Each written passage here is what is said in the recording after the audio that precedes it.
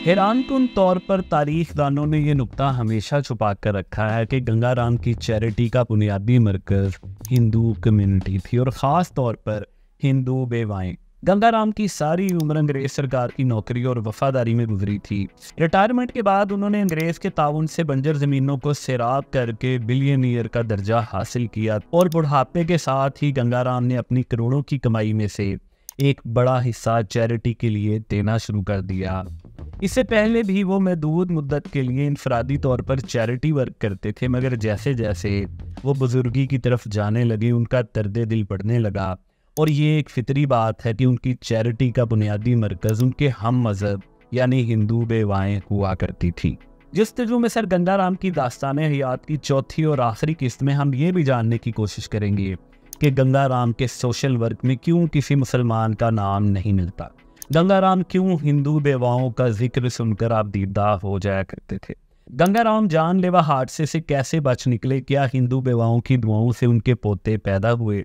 गंगाराम के charity work और बनाए हुए स्कूलों की तारीख क्या है। गंगाराम की वफात के बाद उनकी औलाद ने कैसे चैरिटी वर्क जारी रखा। लाहौर के फातिमा जिन्ना मेडिकल कॉलेज का नाम इससे पहले सेवक राम के नाम पर था। 1992 में बाबरी मस्जिद की शहादत पर लाहौर में गंगाराम की समाधि के साथ क्या सलूक हुआ, और सबसे बढ़कर क्या गंगाराम की चैरिटी का आगाज उम्र के आखिरी हिस्से में हुआ और उसका मरकज हिंदू क्यों थे।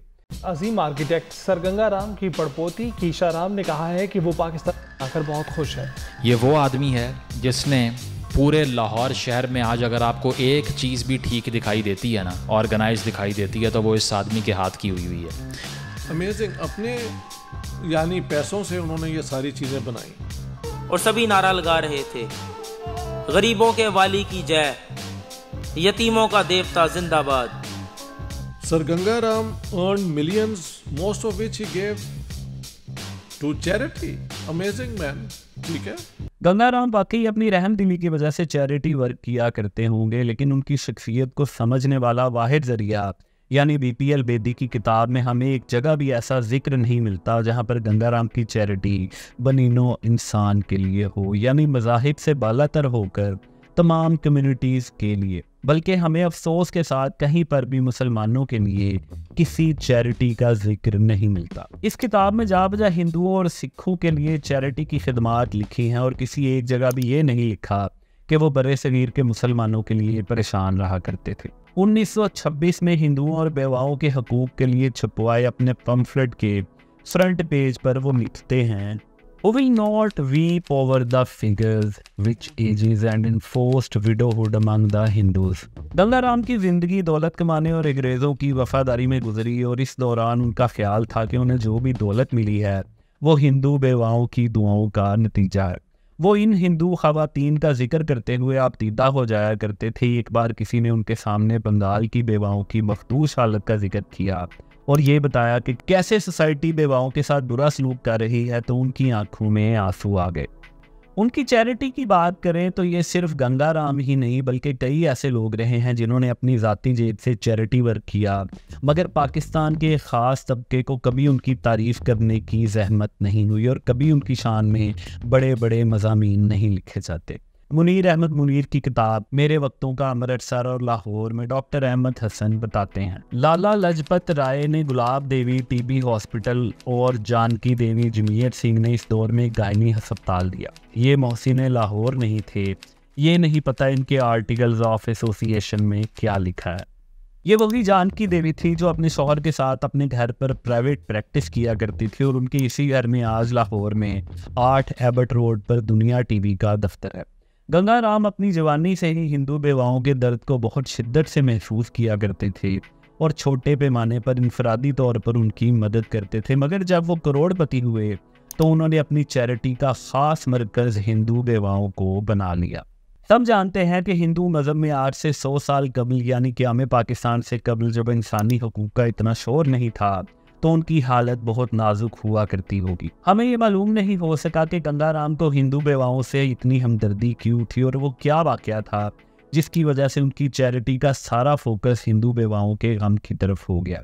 और वो हिंदू बेवाओं के गम में इस कदर गमज़दा हो जाते कि रातों को अक्सर मौलाना अल्ताफ़ हुसैन हाली की मना जाते बेवगान पढ़ते हुए रोया करते थे।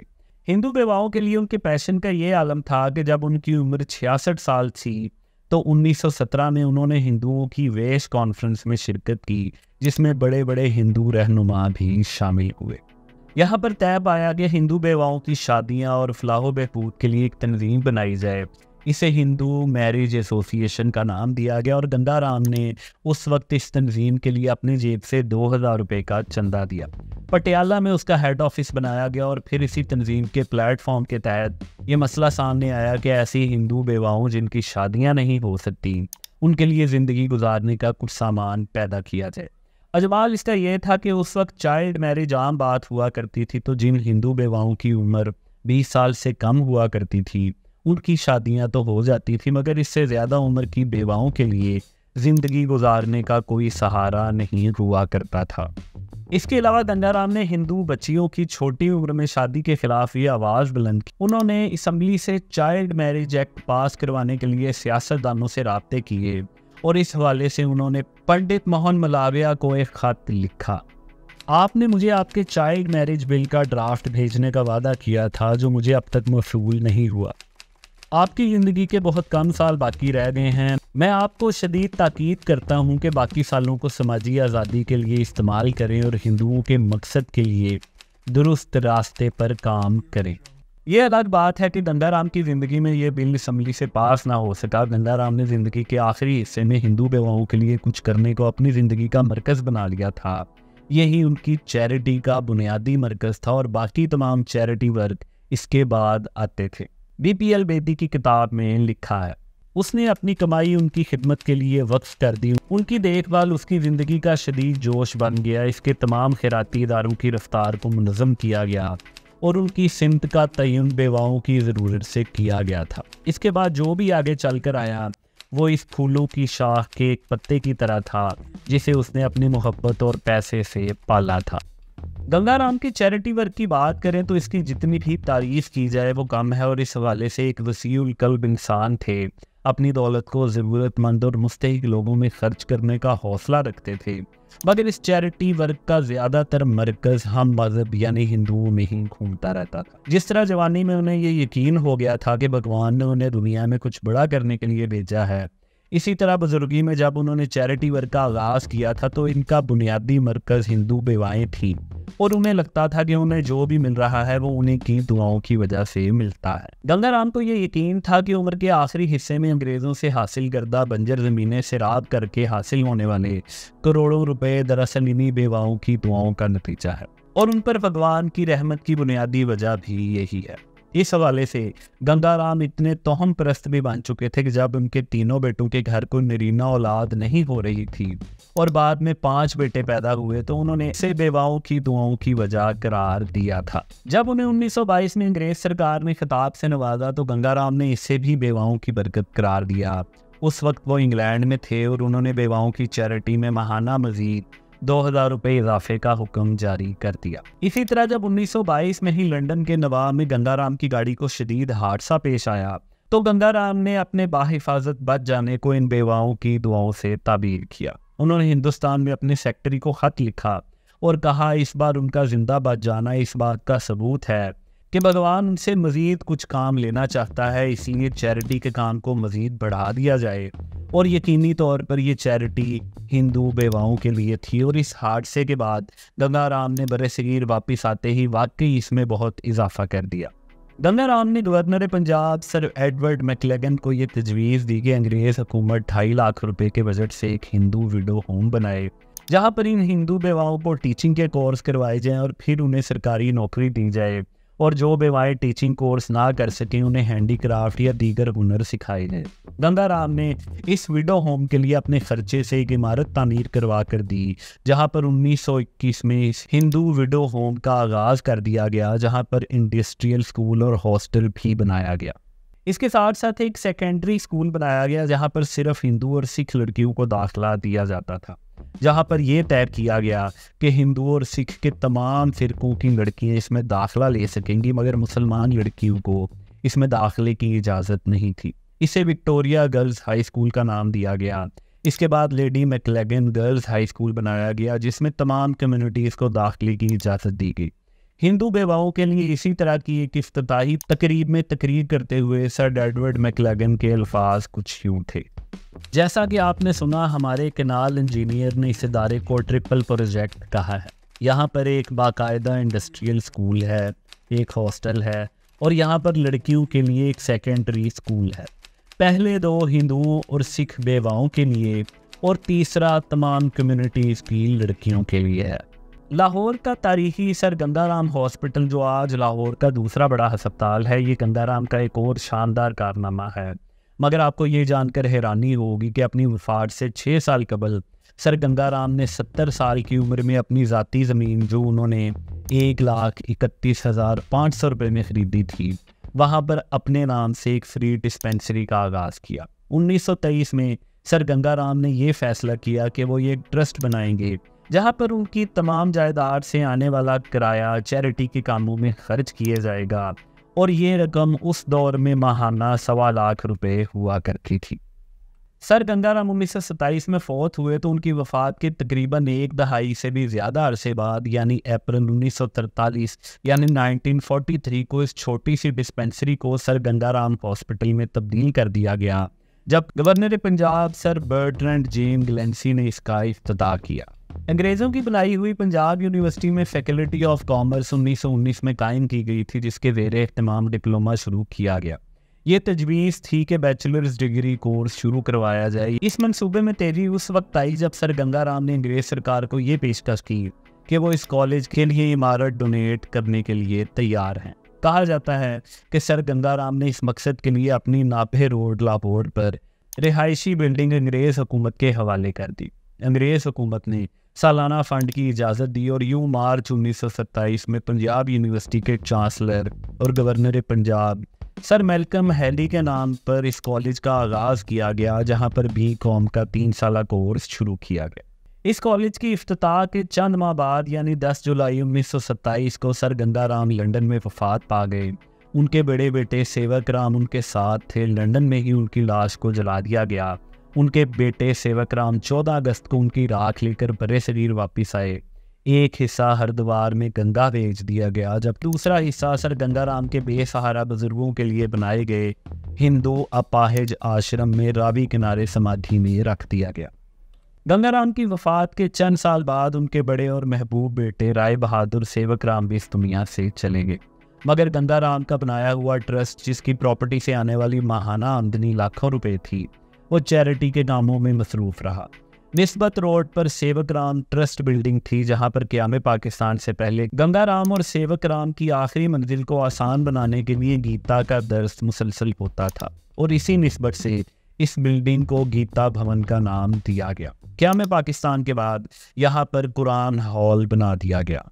सर गंगाराम की अपनी ज़िंदगी में बहुत ख्वाहिश थी कि वो एक ऐसा स्कूल कायम करें जहाँ पर हिंदू लड़कियों को जदीद तालीम फराहम की जाए, और इस ख्वाहिश का इजहार वो अक्सर अपने बेटों के सामने भी किया करते थे, जिन्हें उनकी वफ़ात के बाद उनके बेटों ने पूरा किया। गंगाराम की ख्वाहिश थी कि ये एक ऐसा स्कूल हो जहाँ पर हिंदू नज़रियात और सकाफ़त को मद्देनज़र रखा जाए। गंगाराम की वफ़ात के बाद उनके बनाए हुए ट्रस्ट ने उनकी इस ख्वाहिश को पूरा किया, और 1930 में हिंदू गर्ल्स स्कूल का आगाज़ हुआ, जहाँ पर पहली बार नीली शलवार कमीज़ का यूनिफॉर्म बनाया गया।